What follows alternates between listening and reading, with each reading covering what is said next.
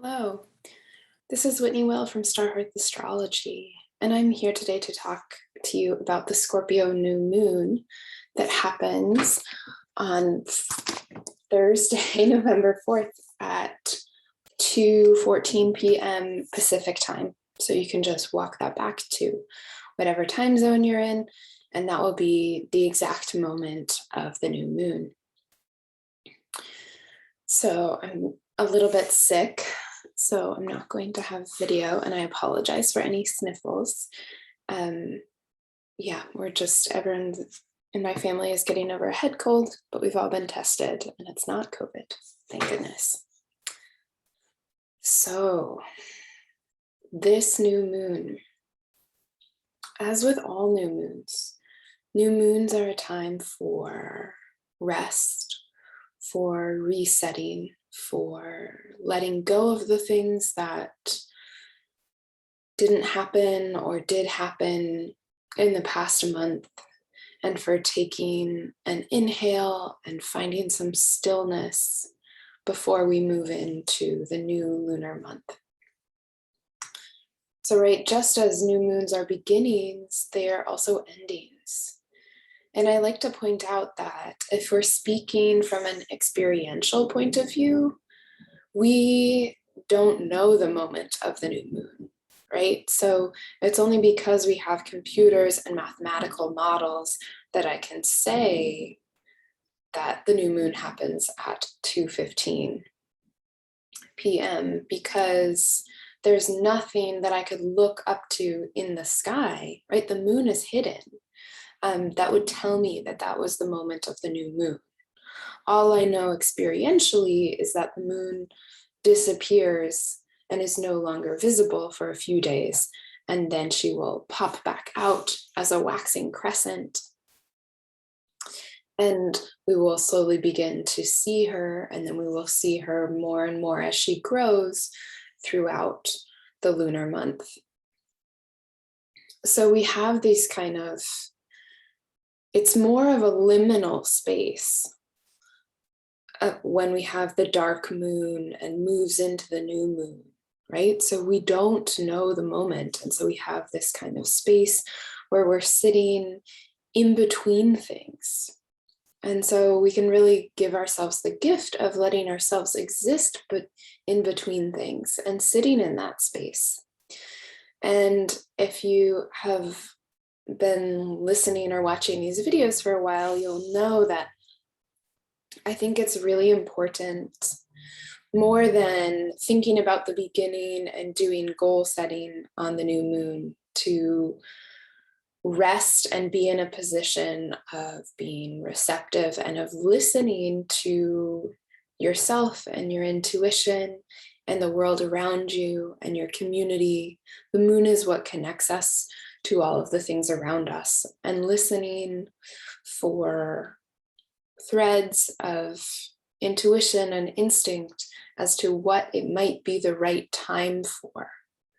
So rather than using the more solar part of our natures to think, this is what I want to accomplish, or this is what I want to bring into my life, to really listen to everything that we're connected to and understand, try to be at harmony with that and to connect with what is trying to come into being. And that offers us a path into being a participant rather than being the director of our experiences, which gives us a path to interconnectivity and belonging in our own lives, which I believe everyone is really searching for and longing for. We all want to be a part of the story of existence, right? To be a hero is to be isolated. Right, there's different gifts in that position, but for the most part, and even for many heroes, right, the more heroic, individualistic part of our lives, even if we attain it, is not our baseline way of being, right? There's a lot of things that happen before that, and and then hopefully a lot of space that will come after.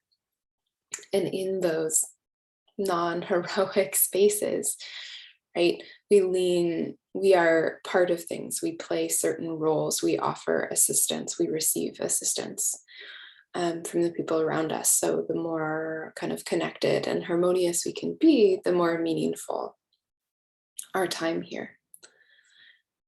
So that brings us into this new moon, which is, because of all of the things happening right around it, is very much a reset button. It's a fully powered reset button. So it may be shocking how different, how the next 2 weeks following this new moon really changed the lay of the land for us. And I'll talk about a lot of the ways that that's happening. So as we come into this new moon, we have Mercury at the very end of Libra. And so it has actually, a couple days before, on November 2nd, has cleared the shadow of its retrograde. So we're into new territory, but it's still at the very end of Libra. And so it's going to be the day after this new moon that Mercury moves into Scorpio, and we'll have Mercury in a new sign for the first time in almost 2 months. And so really moving on to new territory. Similarly, if you look at the chart of this new moon, we have Venus again at the anaretic degree at the very end of the sign. And she is going to move into Capricorn the day after this new moon. So that's going to signal a much bigger shift, because we're going to have Venus in Capricorn for 4 months. From November 5th to March 5th, we will have Venus in Capricorn because she's going to station retrograde close to the solstice. And so we have lots of Venus in retrograde time. So Mercury shifts, Venus shifts, Mars has just shifted the weekend before. Mars shifted on October 30th into the sign of Scorpio. So we've got some newness there. So we have all 3 of the personal planets recently changing signs. And then we have a new moon kind of bringing us into a new lunar month, which will be very exciting, because this lunar month we will see our entrance into eclipse season. So this is our final lunation before eclipse season. And sometimes those are sleepier and nicer. This one, you'll see, looking at the chart, happens almost exactly to the arc-minute opposite of Uranus. So I imagine that there will be some very quick scene changes that occur in the next 2 weeks. So yeah, let's speak about that. So we have a new moon in the sign of Scorpio. So you can kind of ignore the ascendant and the houses in this chart. It's set for my specific location, but the planetary relationships will all be the same wherever you are. And if you find where Scorpio is in your chart, then that will be a clue as to where you might see these things happening. The new moon happens right at the center of Scorpio. And so it provides new focus, a sense of release and renewal in a part of your life, the closing and the opening of a story. And right at the beginning of stories, we don't necessarily know what they are going to be about. It's in the first few days following the new moon that we'll see, as the energy picks up, more things become involved. And so this new moon happens exactly opposite Uranus. And so we have to talk about the nature of the opposition. And an opposition tends to be things that stop us in our tracks.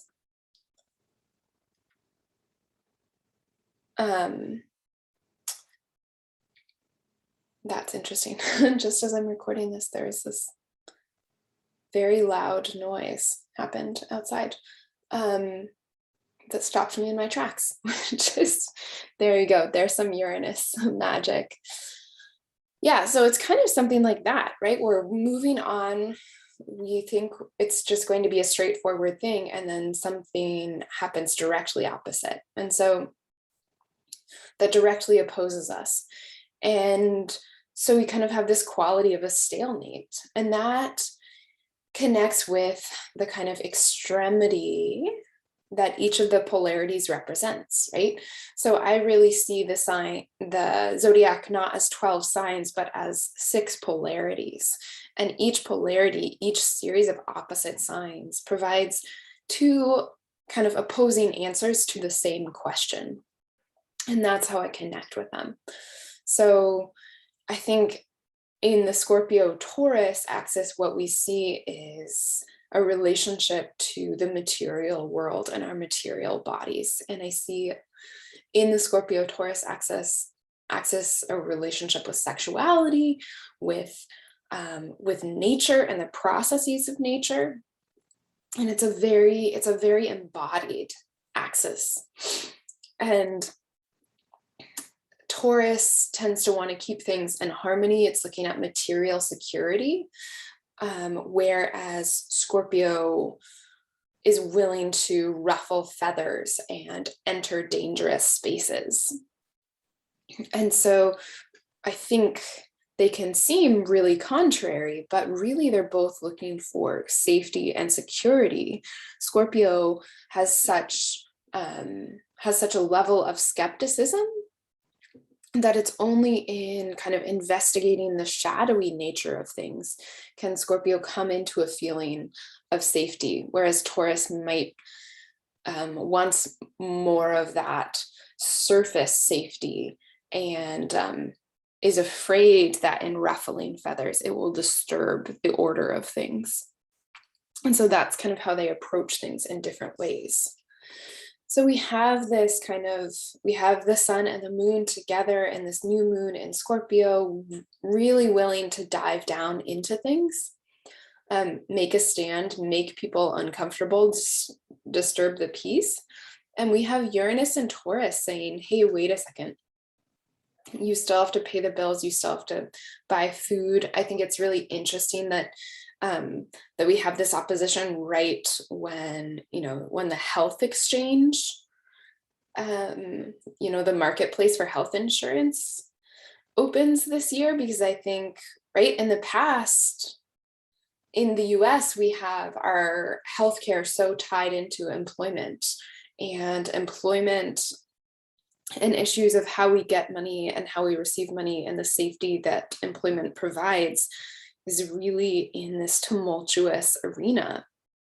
And so I think we'll see that. It'll be interesting to see how that becomes an issue, because I think part of what Uranus and Taurus is doing is looking at the ways that we find security and safety and really calling them out if that's not really conducive to us moving forward, and if it doesn't resonate with what our ideals are. So I think we'll see kind of values come into the crunch of things, right?